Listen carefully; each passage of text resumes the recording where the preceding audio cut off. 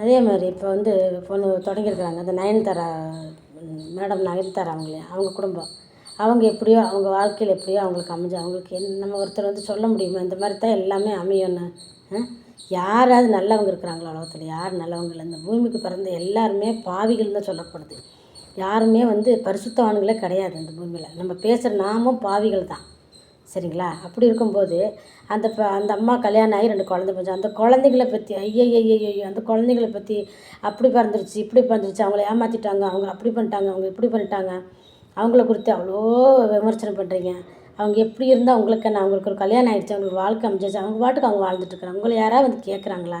இல்லை உங்கள் வீட்டில் ஒவ்வொரு நாள் கவுத்துட்டு எனக்கு சோறு போடுன்றாங்களா? அவங்க வாழ்க்கை அவங்க வாழ்ந்துட்டுருக்குறாங்க. அவங்கள குறித்து விமர்சனம் பண்ணுறீங்க. விமர்சனம் பண்ணுறதுனால உங்களுக்கு என்ன கிடைக்கிது மக்களே?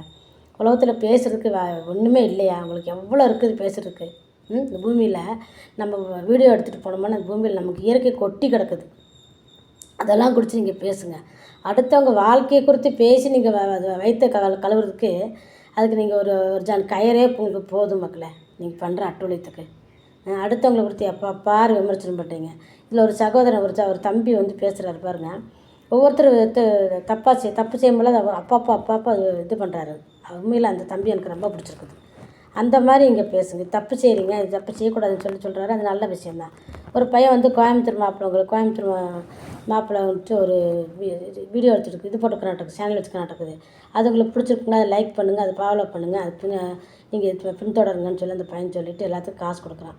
வயசு பிள்ளைங்களும் நல்லா பொம்பளைங்களாம் பார்த்து இது பண்ணுறான். வயசு பிள்ளைங்களாக தான் பார்த்து பண்ணுறான். அந்த பையன் விமர்சனம் பண்ணுறான். அந்த மாதிரி பண்ணுங்கள். அடுத்தவங்க குடும்பத்தில் பூந்து வாழ்ந்துட்டு இருக்கிற குடும்பத்தில் பூந்து அவங்க இப்படி இவங்க இப்படின்னு உங்களை கேட்டாங்களா? அவங்கள சொல்ல சொன்னாங்களா? தயவுசெய்து மாற்றிக்காங்க மக்கள். எல்லோரும் மாறுங்க. மாறினீங்கன்னா தான் உலகம். ஏற்கனவே பாருங்கள், திருவண்ணாமலையில் ஜனங்க பக்தின்னு குமிஞ்சு கிடக்குறாங்க. அங்கே பார்த்தீங்களா? இவ்வளோ நிலச்சரிவு வரும்னு அவங்க எதிர்பார்க்கவே இல்லை. இந்த மாதிரி ஒன்று அழிவு வரும்னு எதிர்பார்க்கவே இல்லை. வரலாறு காணாத அழிவுகள் நடந்துகிட்ருக்குது பூமியில். மரணங்கள் அதிகரிச்சுக்கிட்டு இருக்குது. பூமி அழிகிறதுக்கு ஆயத்தமாகிட்டு இருக்குது. நீங்கள் உங்களை மாற்றிக்காங்க. இல்லைன்னா இந்த அழிவுக்கு அழிஞ்சு போயிட்டோம்னா பிரச்சனை இல்லை. மரணம் எப்படி வேணாலும் வரும். ஆனால் அது வந்து ரொம்ப வேதனைப்பட்டு துடிக்கப்பட்டு கஷ்டப்பட்டு யாரும் மறிக்கக்கூடாது மக்களை. தயவுசெய்து நம்ம மரண நாளாவது நல்லாயிருக்கும். நான் கடவுள்கிட்ட அப்படி தான் வேண்டிக்குவேன். ஆண்டவரே, நான் வாழ்நாள் முழுவதும் வலியோடு வேதனையோடு அந்த பூமியில் நான் வாழ்ந்துருக்கிறேன். கண்ணீரோடு துக்கங்களோடு தான் வாழ்ந்துருக்கிறேன்.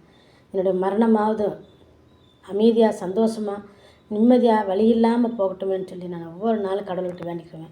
ஒவ்வொருத்தரும் இறந்துட்டாங்கன்னு பார்த்த உடனே அதை பார்த்துட்டு சின்ன வயசாக இருப்பாங்க. ஆண்டவரே, இவங்களுக்கு பதில் என்னை கூட எடுத்துருக்கலாமே, நீங்கள் இவ்வளோ சின்ன வயசில் அவங்கள எடுத்துட்டிங்களா ஆண்டவரேன்னு கேட்பேன். அந்த மாதிரி நம்ம ஒவ்வொரு நாள் வாழ்ந்துட்டுருக்குறோம் மக்களை. இதுக்கடையில் எதுக்கு இந்த போட்டிகள், பொறாமைகள், சண்டைகள்? எதுக்கு இதெல்லாம்? தேவையே இல்லாதது. அதனால் முடிஞ்ச அளவுக்கு உங்கள் குடும்பங்களெல்லாம் நீங்கள் பாருங்கள். குடும்பங்கள் நல்லா வளர்க்க, உங்கள் குடும்பத்தில் இருக்கிற பிள்ளைகள் நல்லா வளங்க. உங்களோட குடும்பங்கள் ஒவ்வொரு குடும்பத்துக்குள்ளே பிள்ளைங்க தருதலைகளாக இருக்குதுங்க. அந்த தருதலைகளை கரெக்ட் பண்ணுங்கள். உங்கள் மனைவிகளை வந்து அடங்காமல் திரிவாங்க, அதை கரெக்ட் பண்ணுங்கள். அதுக்கப்புறம் நீங்கள் வந்து மீடியாவுக்கு வந்து அடுத்த குடும்பத்தை பற்றி பேசலாமா பேச வேண்டாமான்னு யோசிச்சுக்காங்க.